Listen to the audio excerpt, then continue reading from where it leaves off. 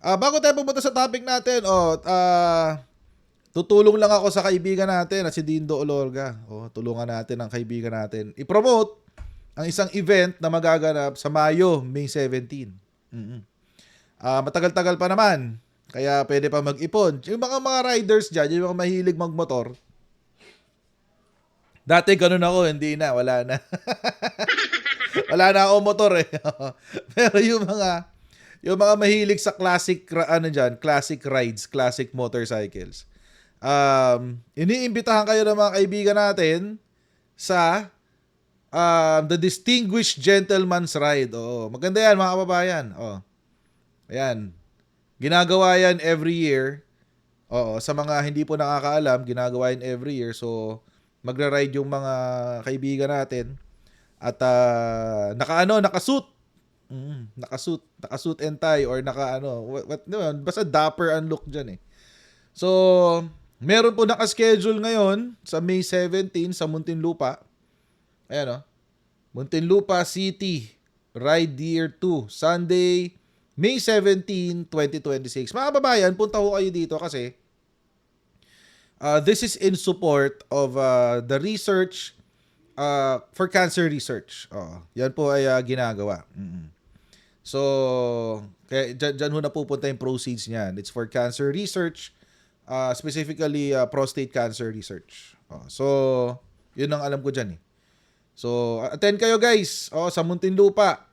Saan ang venue nito, Brad? Saan ang meet up nito? Muntinlupa lang? Wala pa?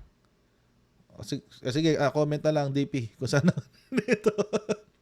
Kung saan ang meet up nito. Basta Muntinlupa. Puntahan nyo na lang yung Facebook page nito or share ko na lang yung Facebook page kung meron.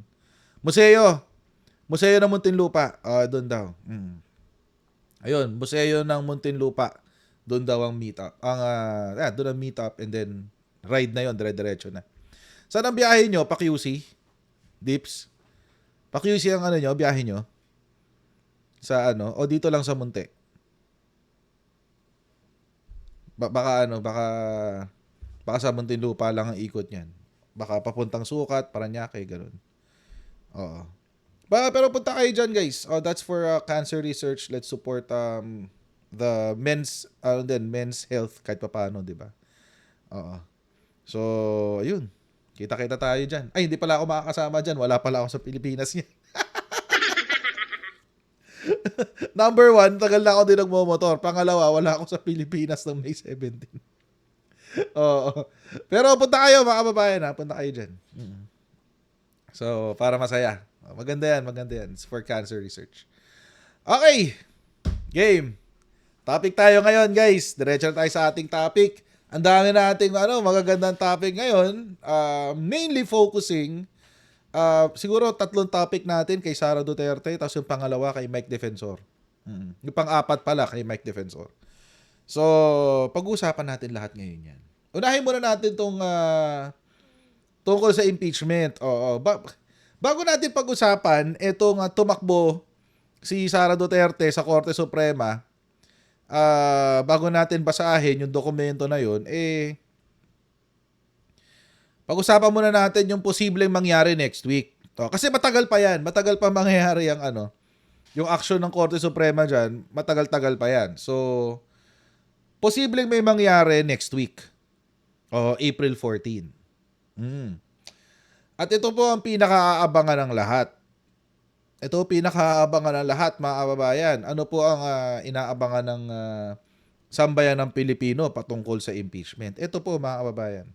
Papakita ko sa inyo. Sana ba? Ayan. Yan. Ito yun. Inaabangan ng lahat to. Justice Panel pinasubina si Madriaga at kanyang affidavit para sa April 14 na hearing. Ayan, yan yung mangyayari next week, mga kababayan. Sure yan. Sure ball na next week yan, mga kababayan. Sure ball na yan next week. Ngayon, baka sabihin nyo, alam na namin yan, napag-usapan na natin kahapon yan, coach. Ano bang bago? Oo.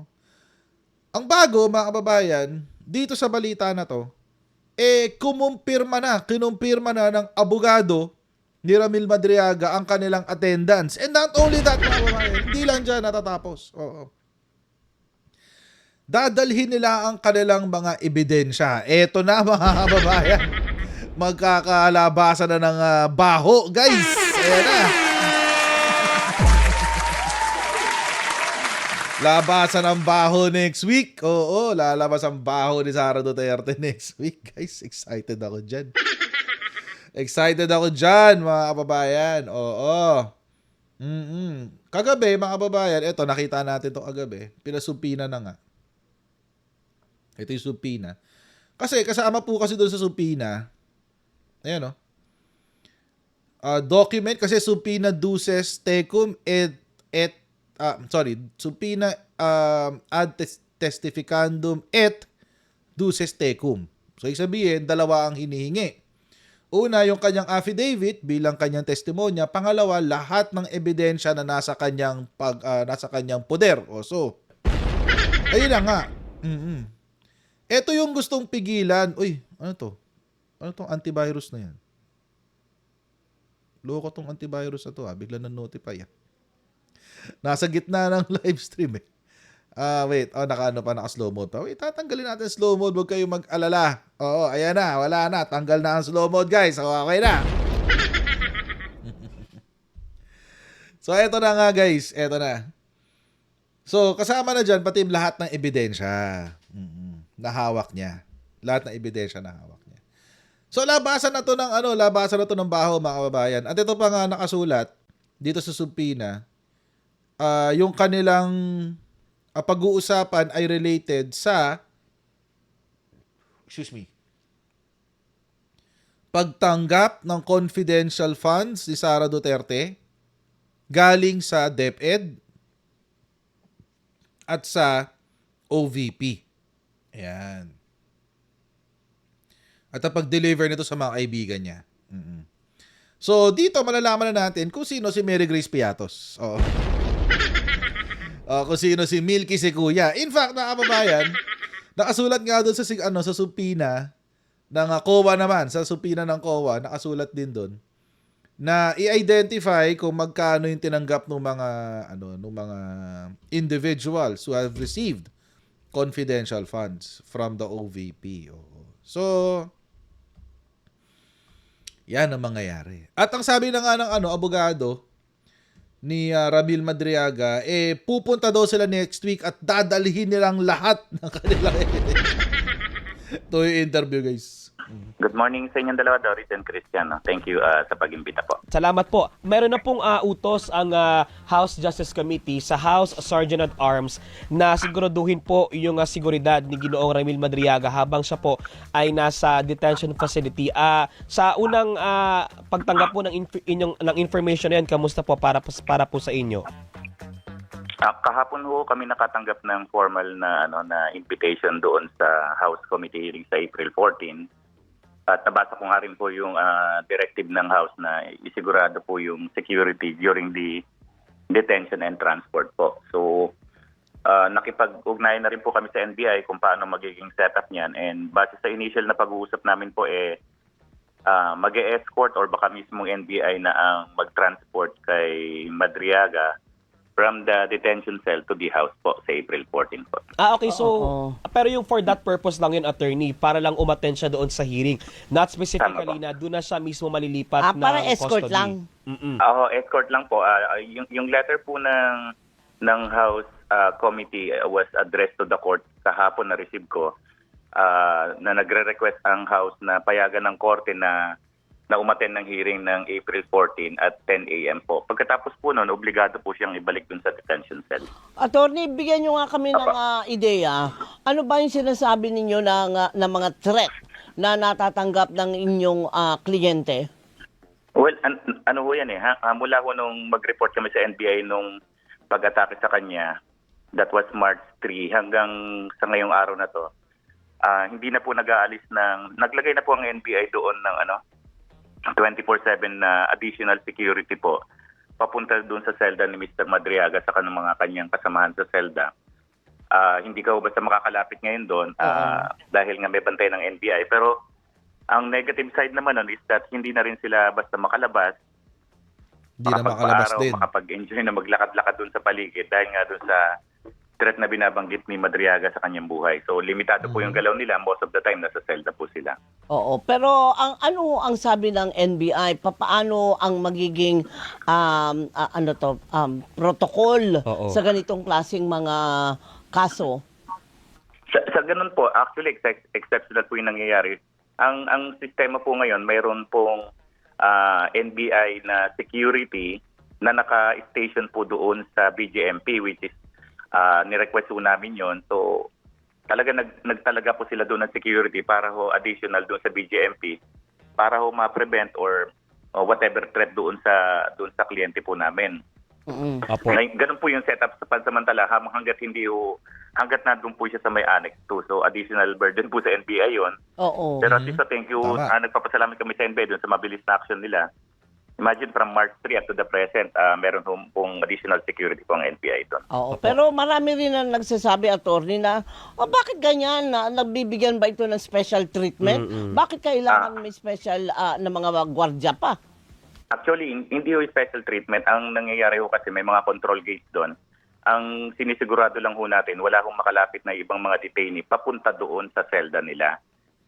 Di ba kasi nga ang nangyari noon, kaya hindi rin siguro na makalabas doon si Ramil Madriaga, mga kababayan. Kasi nga, nung inatake siya, dapat mag-isa lang siyang nasa labas. Hiniwala yung schedule niya. Kasi nga, because of what he knows, at alam ng sambayan ng Pilipino na tetestigo siya kay Sara Duterte. Titistigo siya laban kay Sara Duterte. So, anong nangyari? Pinaghiwalay siya, nakahiwalay siya ng paglabas sa selda. Nung nakahiwalay siya ng labas sa selda, mga kababayan, nung pinapasok na mga ibang preso, may nagtago. May naiwan na isa na nagtago na bagong lipat galing sa ibang kulungan. Bagong salta, bagong lipat. Tapos all of a sudden, biglang inatake itong si Ramil Madriaga. So, it was really an attempt. Meron talagang attempt to commit harm kay Ramil Madriaga. So, kaya ganyan na 'yung nangyari. Hinagpitan na yung security, walang makapasok, tapos hindi rin sila makalabas kasi nga, hindi yung sinasabi ng abogado. Kaya mahigpit. Pero alam nyo mga kabay, may mga natuklasan ako recently. Nakausap ko yung puting kalapate natin. May mga natuklasan ako tungkol kay Ramil Madriaga. Pero, hindi ko na sasabihin kung ano. Kasi, it's beyond me. Oo, baka mamaya. Pero, ito lang masasabi ko.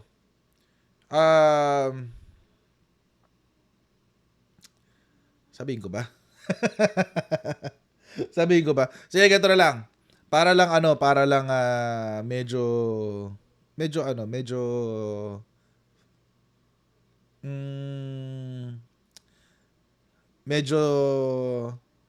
hindi masyadong obvious. Ito na lang. Basta yung nalaman ko, ang dating sa akin nung nalaman ko tungkol kay Ramil Madriaga, ang unang-una ko naisip, hindi siya ordinaryong tao. Oo. Hindi siya ordinaryong tao. Yun lang masasabi ko. Oo. Hindi siya ordinaryong, yun, basta yun. Hindi siya ordinaryong tao. Oo. So, sinasabi ng iba, VIP treatment.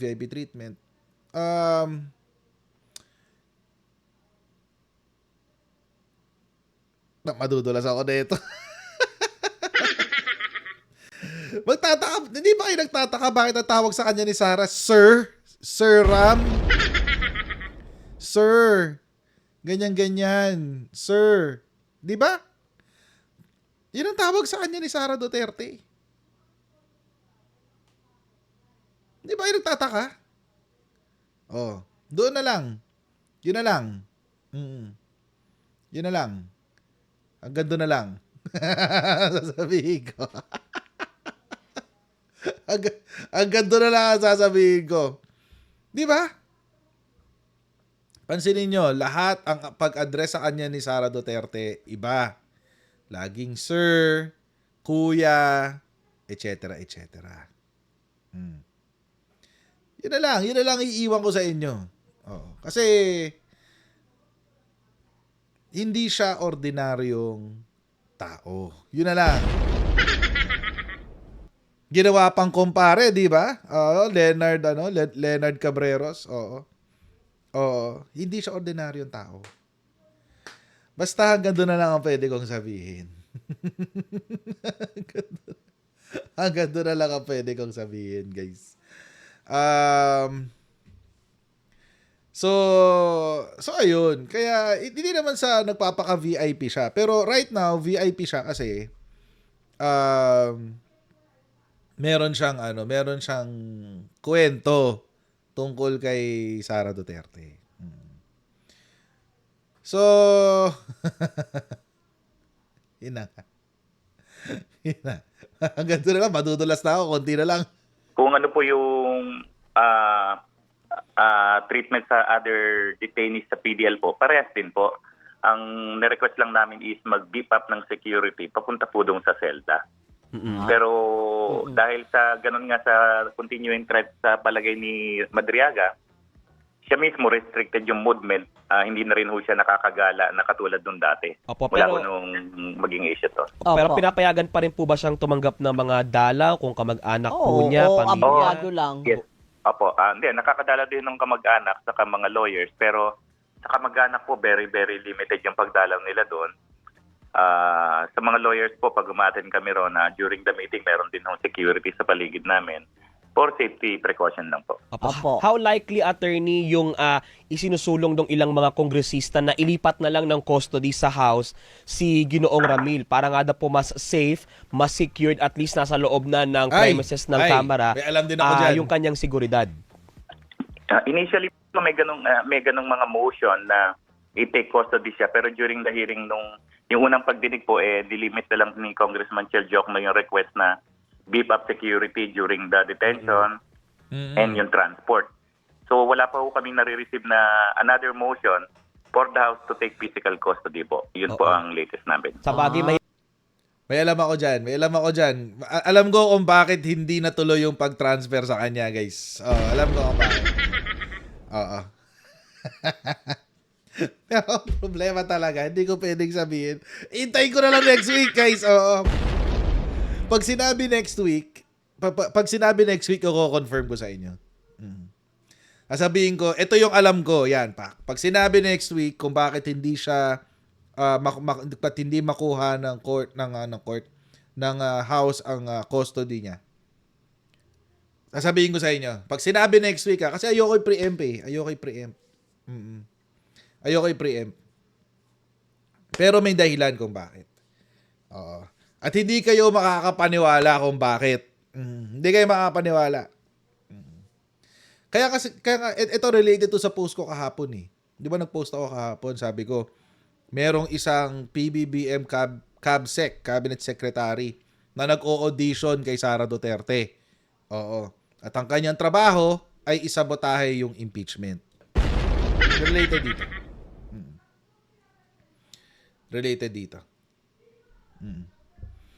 So, pag lumabas na sa hearing next week, sasabihin ko sa inyo. Next week na ba? Tama ba? Next week na ba 'yun? 14 eh. 14 siya eh. So, 14. Ay, next pa pala. Ay, teka, ano ba ito? Ba't may ito tinitignan ko? April. Tama, next week nga, next Monday. Next Monday. Tuesday pala, next Tuesday. Oo. So, ayun. Basta sabihin ko sa inyo. Pag andyan, pag sinabi niya, ko-confirm ko sa inyo. So, may utang ako sa inyong dalawang info. May info ako sa inyo, may utang akong dalawang info. Una, kung bakit siya high profile. Pangalawa, etong bakit hindi siya mai-transfer. So, next week. Anyway, basta pag binanggit pag hindi binanggit, hindi ko sasabihin, syempre. Pag binanggit, saka ako sasabihin. Saka ako i-kukumpirma. Kapag binanggit na. Tuloy natin to. Hirap din kasing manghimasok ang legislative Correct. sa proseso Sa court proceeding ng po. court proceeding. Oo. Tama. Oo, Tama. oo. Any movement po ng PDL, especially sa ganyang mga kaso, talagang with permission from the court po yan. Attorney, sa pag-uusap niyo po kay Madriaga, siya po ba ay naninindigan hanggang sa ngayon yung sa kanyang sinabi, sa kanyang sinumpaang salaysay? Kasi, di ba, Christian, may mga ganyan na lumalabas, tapos biglang ay magre-recant. Oo. Pero ano po ang basa ninyo? Magre-recant ba yan? O talagang paninindigan niya yung kanyang unang pahayag? Sa uling pag-uusap po namin nung March 28, halos 4 na oras yun. Tuloy po, paninindigan niya yung salaysay po niya kahit na may mga dumarating na mga paninira, yung mga kasong pinapile sa kanya. Sabi niya, sinumpang salaysay yan, paninindigan daw po niya. Okay. So, tayo mag-aabang na lang tayo. Kailan po, attorney, haharap? April 14 po, 10 o'clock ang subpoena, ang notice na padala po siya doon sa house po. Apo, at sa Sasamahan po natin. pagpunta po ni Ginoong Ramil, siya po ba ay pagsasalitain at kukwestiyonin, tatanungin din po ng panel, is he compelled to speak then? Yeah. Actually, ang alam kong purpose ng pagpapatawag dyan is para matanong Testify siya, ma-affirm kung voluntary yung pinirma niyo sa salaysay niya, kung totoong salaysay niya. Pero, siyempre, we're expecting the worst na baka may magtanong ng mga lawmakers, members ng committee, tungkol sa contents ng kanyang affidavit. So, alam na po niya yan na nasabi namin sa kanya na yung affidavit mo gagamitin sa impeachment. So, prepared naman po siyang matanong dyan. Wala naman daw siyang tinatago niyan at kaya niya ipaliwanag yung mga salaysay niya po. Abangan na lang po natin sa April Pero meron ba 14. siyang hawak na mga ebidensya na kailangan niyang dalhin? Wala pa? Meron po. Meron. Ang mangyayari po niyan, magdadala po kami ng mga ebidensya na makakalap namin hanggang April 13. Kung meron kami mapiprint na mga photos, mga text messages, gagawin po namin para lang po maging ready kami kung may pagtatanong po. Okay po. O di, abangan Attorney na Raymond, natin. Opo, maraming salamat. Abangan na lang po namin Thank you, sa pa. April. Nakaka-stress to kay Sara Duterte, guys. Nakaka-stress to kay Sara Duterte, for sure. Yung bagman mo, kumanta, just, yun nakaka-stress talaga yan, guys. No joke. Nakaka-stress kay Sara yan. Bagman mo, natural alam niya yung mo, kung saan napunta yung pera, alam niya yung... Hindi siya maleta, soft bites, siya? Duffel bag nga daw, di ba? Duffel bag. Ilan ba ang kasya sa duffel bag? Ilang kilo ba ang kasya sa duffel bag? Sabi natin gym bag na lang, para medyo malaki. Kaya doon ng no? Kaya siguro mga 50 doon, mga 50 kilos. Oo. Ay, hindi. Kung gym bag, wait lang isipin ko. Kasya siya pero mabigat. Oo. Kasya yun pero mabigat. Kasi 1 gram daw ang di ba? 1 gram daw ang ang isang barya. Ay, isang barya. Isang 1,000. So, sa kapag meron ka isang bundle ng 1,000, so may 1 kilo ka na. 'Di ba? So 50 ang ganun. Ilan na 'yon? 5 million? Hindi. 50 kasi 10 mo, meron ka ng 1 million nun. 'Di ba? So 5 million nga. Ay, hindi, 5 lang pala yun. Sorry. 5 million lang pala yun. 1 million ang 1 kilo. 1 million 1 kilo. O di kung kung 50 kung 50 kilos siya, o di 50 million. 'Di ba?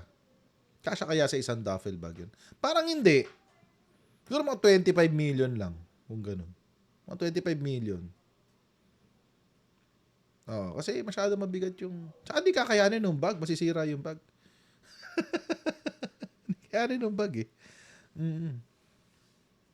Masyado mabigat yun. 50 kilos. Dalawang dalawang sako ng bigas yun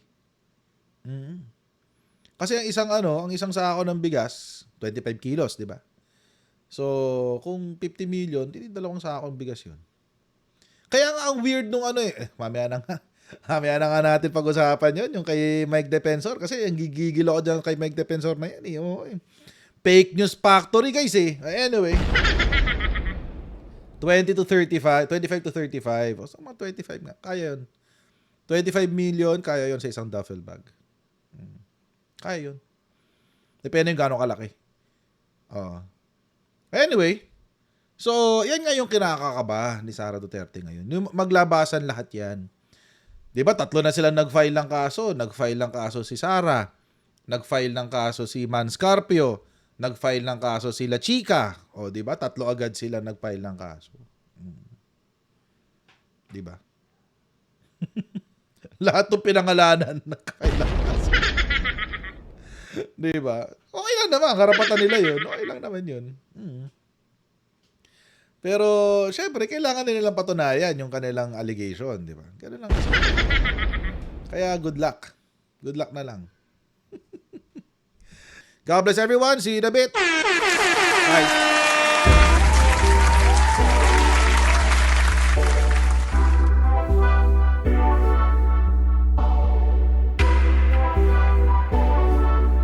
As senator judges, it is your obligation na dapat present ka sa mga proceedings. Hindi naman sakop ng trabaho ng Office of the Ombudsman na magpa-disqualify sa 2028.